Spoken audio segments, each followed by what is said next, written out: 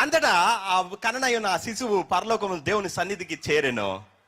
అప్పుడు అపవాదికి ఘట సర్పముకి పరలోకంలో స్థలము లేదు. మిఖాయేలును వాని దూతలు వాటితో యుద్ధము చేయవలని ఉండగా యుద్ధం చేసిరి కానీ గెలవలేకపోయారు. కాబట్టి ఆ అపవాదం నువ్వు సాతాను పెరిగి ఆ మహా ఘట సర్పము పడద్రోయబడెను. సో జీసస్ క్రైస్ట్ ఏం చేశాడు?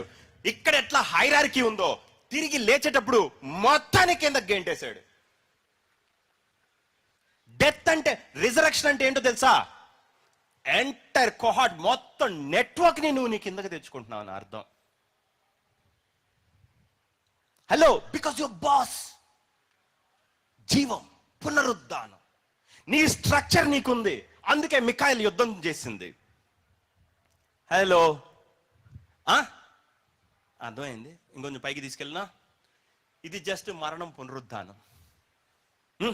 ఇంకొంచెం ముందుకు వెళ్దాం. యేసుక్రీస్తు తిరిగి లేచాడా? దేవుని దగ్గరికి వెళ్ళి కూర్చున్నాడా?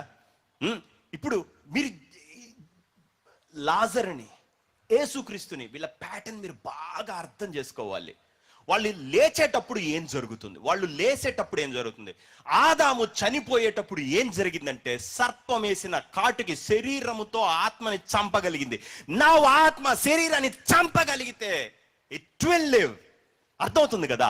కాబట్టి అక్కడ ఒకడు చచ్చాడు అని దాని అర్థం, ఒక స్పిరిట్.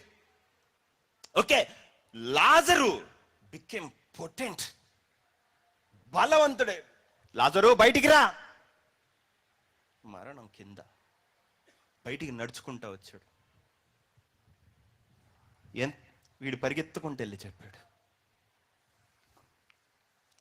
అంటే వీడు అవుట్, మిగతా వాళ్ళంతా పరిగెత్తుకుంటూ వాడు పోయాడు. హే, మనల్ని తల మీద కొట్టేవాడు ఎవరు ఉండరు, ఆయన వచ్చి పిలిచాడు, అయిపోయింది. ఓకే, మన బెటాలియన్ తోలండి అన్నాడు. వెంటనే లాజరు లేపాడా, లాజరు లేపాడా, ఆయన చంపవాలని వాళ్ళు యోచన చేసిరి. లాజర్ని చంపాడు. అనేకులు వచ్చి, మీకు అర్థమైంది అనుకుంటా, కిందంతా అందుకు జరుగుతుంది. ఎవడైనా గొప్పడు అవుతుంటే, ఎవడైనా దేవుళ్ళు ఎదుగుతుంటే, నువ్వు బాగుంటే, సుభిక్షంగా దేవుడు మూలాన నువ్వు 4 లాభం పొందితే ఎందుకు ప్రజలు నీకు అగేన్స్ట్ అవుతారో తెలుసా? నువ్వు ఒకరిని చంపేసావు, డెవిల్ని కాళ్ళ కింద ఉంచుకున్నావు, అందుకు కుళ్ళు, వ్యసనం.